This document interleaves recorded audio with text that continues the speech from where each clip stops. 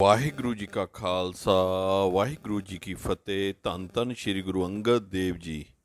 श्री गुरु अंगद देव जी महाराज का जन्म पिंड नांगे दी सरां जिला फिरोजपुर विखे श्री फेरूमल जी के गृह माता सभराई जी की कुखों होया। आप शुरू तो ही बड़े धर्मात्मा ते देवी दे उपासक सन। आपने गुरु नानक पातशाह की बहुत महिमा सुनी। आप एक वारी देवी की यात्रा लई जा रहे सन। जद श्री करतारपुर दे कोलों लंघे तां महाराज दे दर्शनां दी इच्छा हुई ते उसे वेले घोड़ा उधर मोड़ लिया अते आप महाराज दे दर्शन कीते। मन नूं शांति आ गई। आप उत्थे ही टिक गए। श्री गुरु नानक देव जी महाराज भी घट घट दियां जाननहार सन। सतगुरां ने फरमाया कि भाई तेरा की नां है। तद आपने बड़ी निमरता नाल दस्या कि मैनूं लोग लहना कहंदे हन। तद साहिब बोले, भाई चंगा जे तू लहना तां असा तेरा देना है। गुरु घर चों तू आप जो लहना लवेंगा। दातार पातशाह दी रमज कुछ समय बाद प्रतख हो गई। ਉਹ ਗੱਲ ਹੋਈ कि आप ਨੂੰ सतगुरां ने गुरगद्दी ਦੀ ਬਖਸ਼ਿਸ਼ कर ਦਿੱਤੀ ਤੇ आप ਦਾ ਨਾਂ श्री गुरु अंगद देव रख ਦਿੱਤਾ। खडूर साहब आउणा। एक दिन गुरु नानक देव जी रब्बी रंग विच रंगे हुए आप नूं कहण लगे कि तुसीं खडूर साहब चले जाओ क्योंकि असां हुण सचखंड सिधार जाना है।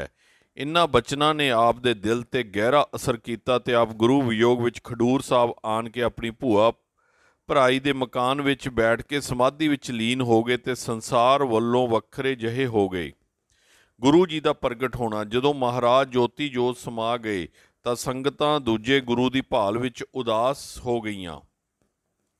ਫਿਰ ਬਾਬਾ ਬੁੱਢਾ ਜੀ ਅੱਗੇ ਆਣ ਕੇ ਬੇਨਤੀ ਕੀਤੀ ਕਿ ਸ਼੍ਰੀ ਗੁਰੂ ਅੰਗਦ ਦੇਵ ਜੀ ਦਾ ਪਤਾ ਕਰੋ ਕਿ ਉਹ ਕਿੱਥੇ ਚਲੇ ਗਏ ਹਨ। ਬਾਬਾ ਜੀ ਬੜੇ ਸੂਝਬੰਦ ਸਨ। ਉਹਨਾਂ ਨੂੰ ਪਤਾ ਸੀ ਕਿ ਆਪ ਗੁਰੂ ਨਾਨਕ ਪਾਤਸ਼ਾਹ ਦਾ ਹੁਕਮ ਨਹੀਂ ਮੋੜ ਸਕਦੇ ਸੀ। ਸੋ ਆਪ ਸੰਗਤਾਂ ਨੂੰ ਨਾਲ ਲੈ ਕੇ ਖਡੂਰ ਸਾਹਿਬ ਆ ਗਏ ਤੇ ਭੂਆ ਭਰਾਈ ਜੀ ਦੇ ਮਕਾਨ ਵਿੱਚ ਆਪ ਜੀ ਦੇ ਦਰਸ਼ਨ ਕੀਤੇ। ਚਰਨਾਂ ਤੇ ਨਮਸਕਾਰ ਕਰਕੇ ਗੁਰੂ ਜੀ ਦੀ ਜੋਤੀ ਜੋਤ ਸਮਾਉਣ ਬਾਰੇ ਦੱਸਿਆ ਤੇ ਬੇਨਤੀ ਕੀਤੀ ਕਿ ਮਹਾਰਾਜ ਸੰਗਤਾਂ ਦਰਸ਼ਨ ਲਈ ਬਹੁਤ ਵਿਆਕੁਲ ਹੋ ਰਹੀਆਂ ਹਨ। ਦਰਸ਼ਨਾਂ ਸਹਿਤ ਗੁਰੂ ਨਾਨਕ ਪਾਤਸ਼ਾਹ ਦਾ ਸੱਚਾ ਉਪਦੇਸ਼ ਉਹਨਾਂ ਨੂੰ ਦੇ ਕੇ ਕਿਰਤਾਰ ਕਰੋ। ਸੋ ਬਾਹਰ ਦੀਵਾਨ ਸਜਾਇਆ ਗਿਆ ਤੇ ਆਪਨੇ ਸੰਗਤਾਂ ਨੂੰ ਦੀਦਾਰ ਬਖਸ਼ ਕੇ ਨਿਹਾਲ ਕੀਤਾ। ਜਿਉਂ-ਜਿਉਂ ਸੰਗਤਾਂ ਨੇ ਸੁਣਿਆ ਦਰਸ਼ਨਾਂ ਨੂੰ ਚਾਰ ਚੁਫੇਰਿਓਂ ਬਹੀਰਾਂ ਘੱਤ ਕੇ ਆ ਗਈਆਂ ਤੇ ਖਡੂਰ ਨਗਰ ਵਿੱਚ ਗਹਿਮਾ ਗਹਿਮੀ ਹੋ ਗਈ। ਸਾਰੇ ਸਿੱਖ ਜਗਤ ਵਿੱਚ ਖੁਸ਼ੀਆਂ ਹੋਣ ਲੱਗੀਆਂ। ਆਪ ਪਹਿਰ ਰਾਤ ਰਹਿੰਦੀ ਜਾਗਦੇ ਫਿਰ ਇਸ਼ਨਾਨ ਕਰਕੇ ਤਪੱਸਿਆ ਵਿੱਚ ਲੀਨ ਹੋ ਜਾਂਦੇ ਤੇ ਦੀਵਾਨ ਵਿੱਚ ਆ ਕੇ ਰਬਾਬੀਆਂ ਪਾਸੋਂ ਕੀਰਤਨ ਸਰਵਣ ਕਰਦੇ। ਬਾਦਸ਼ਾਹ ਹਿਮਾਂਸ਼ੂ ਸ਼ਰਨੀ ਪਿਆ। ਸ਼ੇਰ ਸ਼ਾਹ ਸੂਰੀ ਪਾਸੋਂ ਹਾਰ ਖਾ ਕੇ ਬਾਦਸ਼ਾਹ ਹਿਮਾਯੂ ਖਡੂਰ ਸਾਹਿਬ ਦਰਸ਼ਨਾਂ ਲਈ ਆਇਆ ਤਾਂ ਆਪ ਆਪਣੀ ਸਮਾਧੀ ਵਿੱਚ ਲੀਨ ਸਨ। ਕੁਝ ਸਮਾਂ ਬਾਦਸ਼ਾਹ ਖੜਾ ਰਿਹਾ ਤਾਂ ਉਸ ਦੇ ਅੰਦਰ ਹੰਕਾਰ ਆ ਗਿਆ ਕਿ ਮੈਂ हिंदुस्तान का बादशाह तो मेरी ये निरादरी हुई है। फिर वह गुस्से में तलवार खिंच के आप ते वार करन लगा तो आपने फरमाया कि शमशीर शेर शाह सूरी नाल लड़न वेले कित्थे सी? अज सानू तलवार विखा के डरा रहे हो। ये गल हिमायू दे दिल ते गोली वांग वजी ते आप दे चरण फड़ के माफ़ी मंगन लगा। तपे दी ईरखा। एक तपा जो कुछ जट्टां दा गुरु बनया होया सी महाराज दी चढ़दी कला वेख के बहुत ईरखा करदा सी। एक बार मीह ना पिया तो सब फसलां तबाह होण लगियां। जट्टां तपे नूं जाके कहा कि मीह पावे पर तपे ने कहा कि गुरु अंगद देव जी गृहस्थी गुरु बने बैठे हैं। जिन्ना चिर वो इत्थों ना जाणगे मीह नहीं पवेगा। तुसीं उन्हां नूं पिंडों कढ दिओ।